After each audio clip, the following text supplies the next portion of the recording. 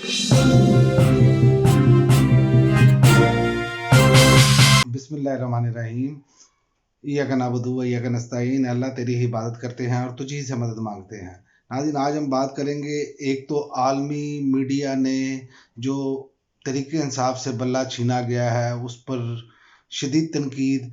दूसरा, तरीके इंसाफ का वापस अवामी अदालत में जाने का फ़ैसला और जो सुप्रीम कोर्ट में दरख्वास्त दायर की गई थी लेवल प्लेइंग फील्ड की, उस पर अदम एतमाद का इज़हार किया। और उन्होंने कहा, जो लतीफ़ खोसा साहब ने वहाँ पर रिमार्क्स दिए वो भी हमारे सामने। और तीसरी खबर ये है कि मुस्लिम लीग के जलसे करवाने के लिए कॉलेजेस और स्कूल्स जो हैं वो पहले बंद करने के नोटिफिकेशन जारी किए जा रहे हैं। ये लेवल प्लेइंग फील्ड है और तारीख में पहली मरतबा होगा कि पाकिस्तान में सबसे ज़्यादा आज़ाद उम्मीदवार इलेक्शन लड़ेंगे और जीतेंगे। सबसे पहले बात करते हैं आलमी मीडिया में तरीके इंसाफ से बल्ला छीनने की गूंज।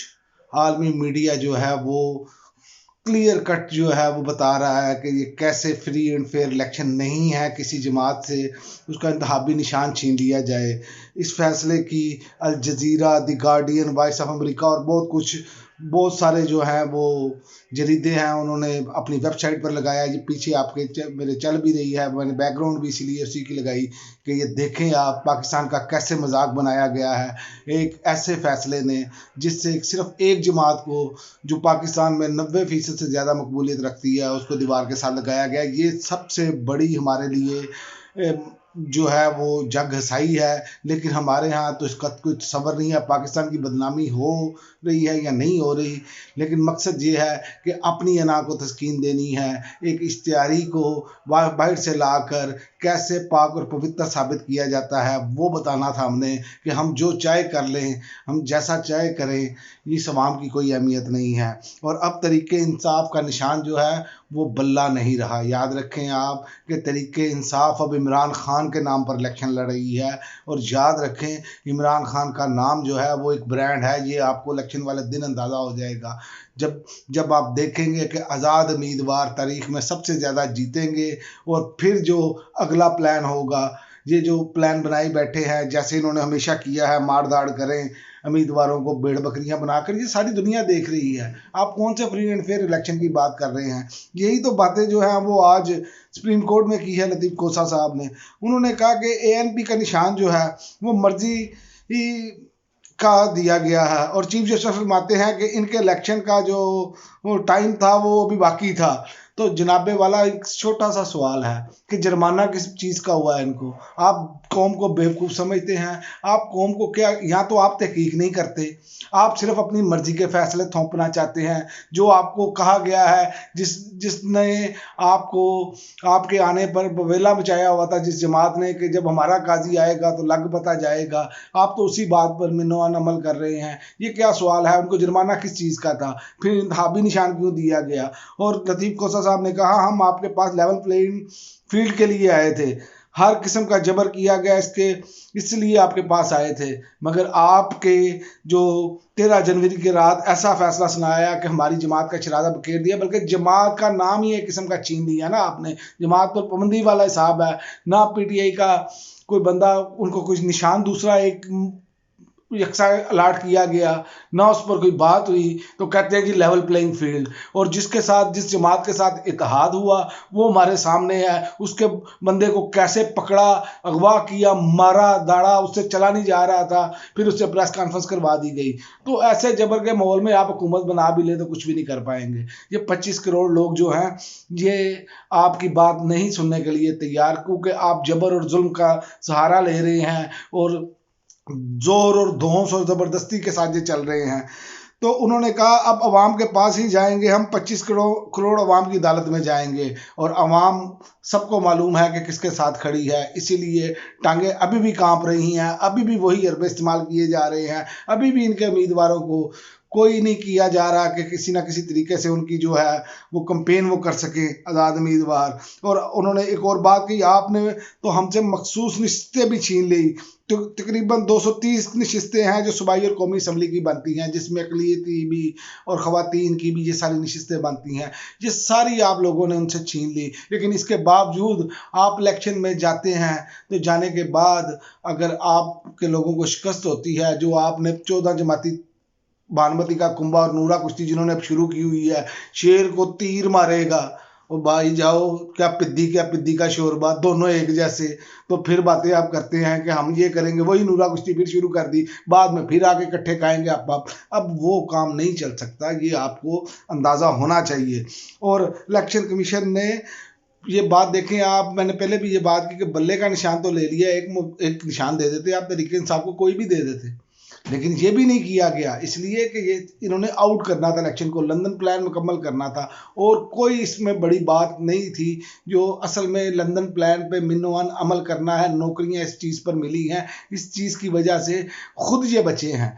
ये सारी चीज़ें अब हमारे सामने हैं, कौम के भी सामने हैं।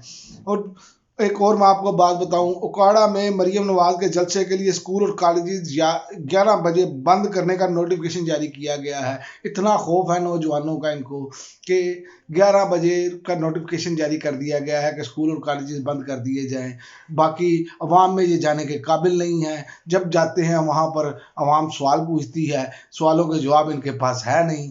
तो आपने देखा कि कराची में शेर अफजल मरवत जाते हैं, जिनको कोई इतना ज़्यादा टाइम भी नहीं हुआ तरीके इंसाफ में आए हुए, तो देखे कि वहाँ का जमे गफीर खड़ा इकट्ठा हो जाता है। और दूसरी जानिब जवेद लतीफ़ जाते हैं, उसकी भी वीडियो पड़ी है कि 10 बंदे नहीं बैठे तो वो कॉर्नर मीटिंग कर रहे हैं। तो ये जो हालात हैं इनके, वो इंतहाई जो कह सकते हैं अवामी सतह पर, वो तो बिल्कुल फारिग हैं। अब बात ये है कि अब ये इलेक्शन नहीं है, ये सिलेक्शन के हवाले से बात हो रही है कि सिलेक्शन करके हम कुछ लोग बिठा दें तो शायद कोई मामला बन जाए। लेकिन ये सिलेक्शन जो है ये भी नहीं चलेगी, क्योंकि मैशत को सहारा नहीं मिल सकता जिस तरह का यहाँ पर मामला किए जा रहे हैं।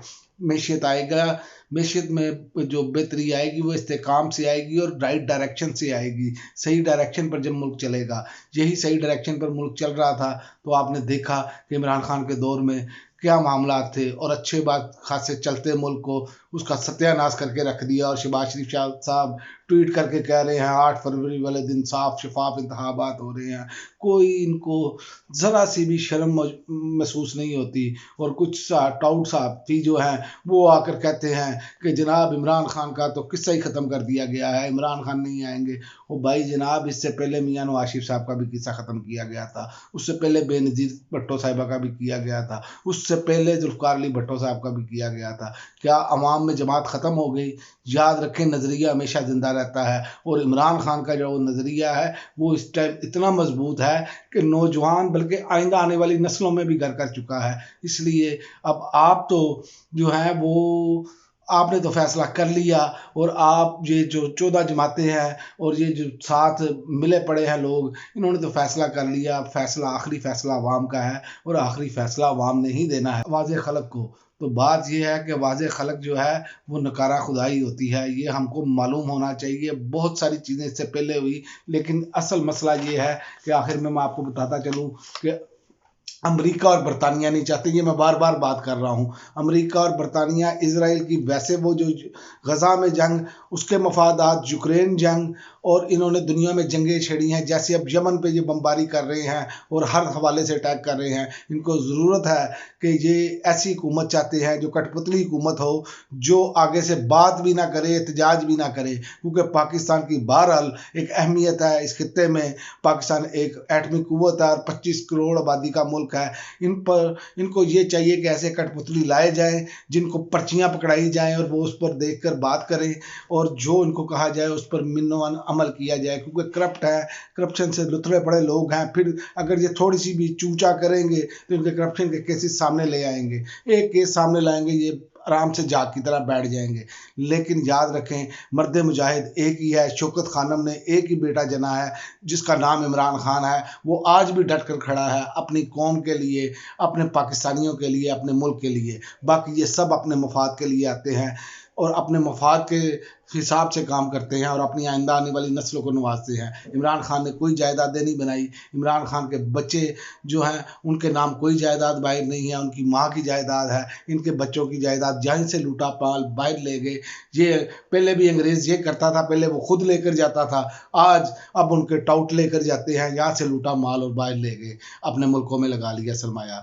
ये है उनकी तरक्की का राज। और हमारे यहाँ जब तक हम होश के नाखून नहीं लेंगे, ये मुल्क जो है मजीद गहराई की तरफ जाएगा, ये बेहतर नहीं होगा। आप जितने मर्जी तजर्बे करके देख लें, जब तक अवाम इसका फैसला नहीं करेंगे ये मुल्क बेहतर नहीं हो सकता। अब तक के लिए नाज़रीन इतना ही, इजाज़त दीजिए। अल्लाह हाफिज़।